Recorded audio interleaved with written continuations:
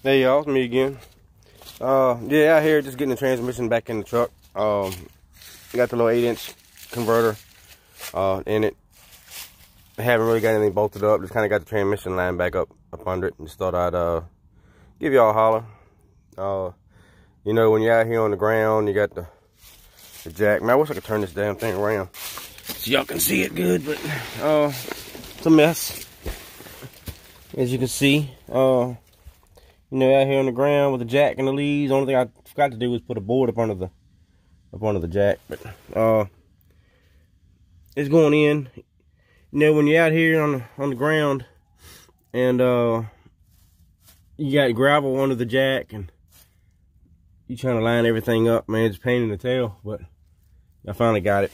Yeah, you got the dowel pins that the transmission line up to on the back of the small block Chevy anyway. I don't really mess with anything else, so I can't really say about anything else. But I assume they have some kind of situation like that too. But Fords and stuff. But don't really care too much about Fords. Born and raised Chevrolet, and you know, most cost effective in my opinion. But you know, we're all entitled to our opinion. So but yeah, I got the transmission going back in. I got a few bolts in the bell housing. I just got to tighten everything up with that. And I mean, really, I didn't take the shifter loose. You know, it's a cable, so I didn't have to take that loose just to drop it down and change the converter. The transmission lines, I took them loose up front instead of on the side transmission, because those can kind of be a pain in here. It's a pretty tight squeeze in this S10 with the exhaust running down that side, and I didn't drop the exhaust fully out. Just kind of hanging right now, which you might have seen that in the video just now. But yeah, I got it going back together, so hopefully, you know, today I can go out here and kind of get a feel for it. But yeah, just another day, you know, trying to knock this thing out. I do see some issues. My rear main seal is leaking. You know, I turn it like 7,500 RPMs. So, you know, I try to put some good stuff in it.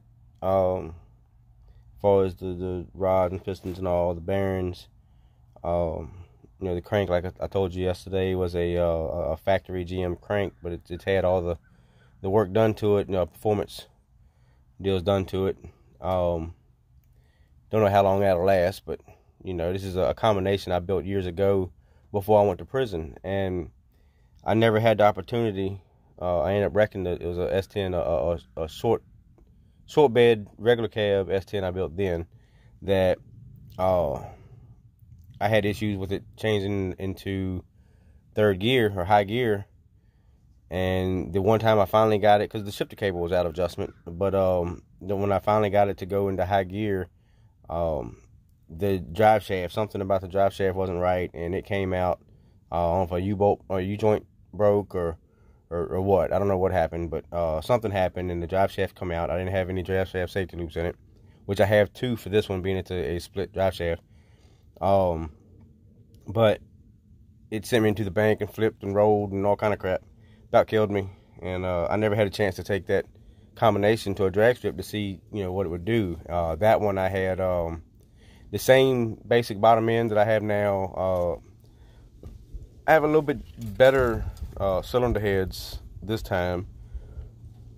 I think I had the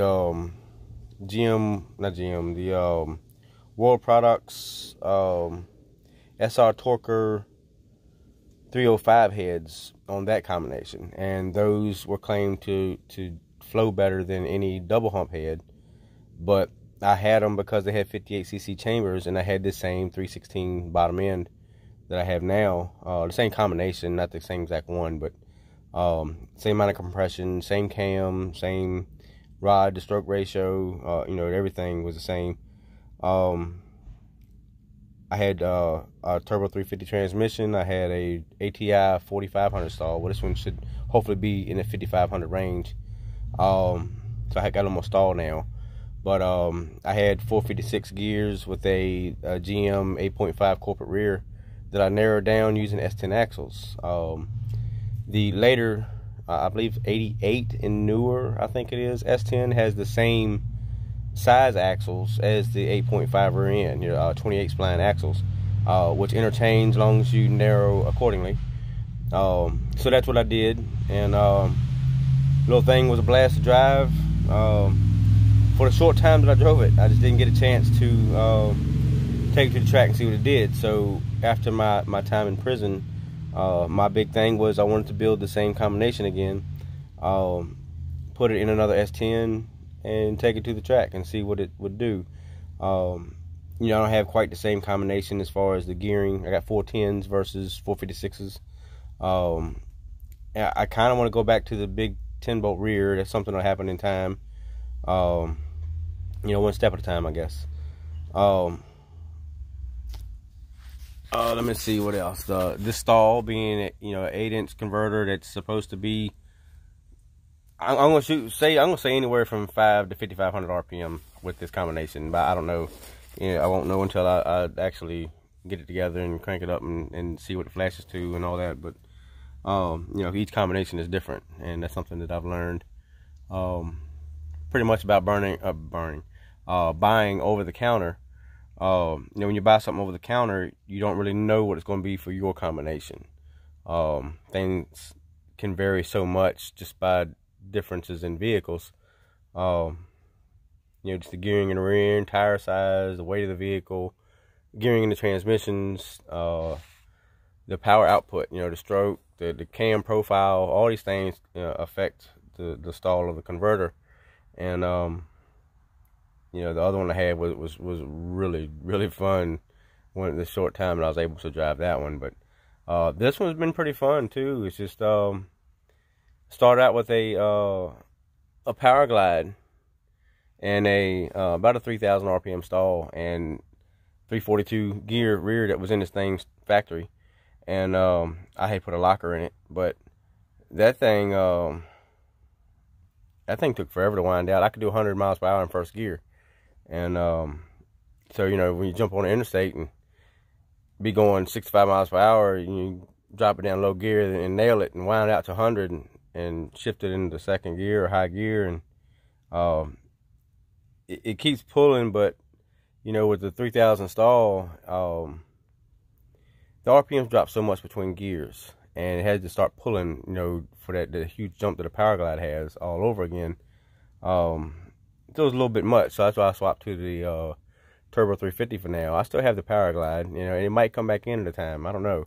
I'll change it to the turbo splines and this and the other when I do, but I'm looking to put either 456s or 488s in this at some point. Not sure exactly which one. Like I said, it is a street vehicle, and like I said yesterday, it's depending on what us as the drivers of these vehicles, what we're willing to tolerate. But then the other aspect is summertime. I do a lot of summertime cruising, going to car shows and stuff. And, my truck has kind of made a name for itself about doing burnouts and stuff. And I like to be able to drive it to these things sometimes. And 488s, I had 456s and the other ones with 26-inch tall tires. 456 with 28-inch tall tires is a little bit less RPM. But I think that if I've done the math right, I think that the 488s with 28-inch tall tires is going to be about the same cruising RPM as a 456 with 26-inch tall tires, if I'm not mistaken. I have it mathematically somewhere, but so I might go 488s. It's a little bit heavier truck than what the other one was, but I have a little more stall. I don't know.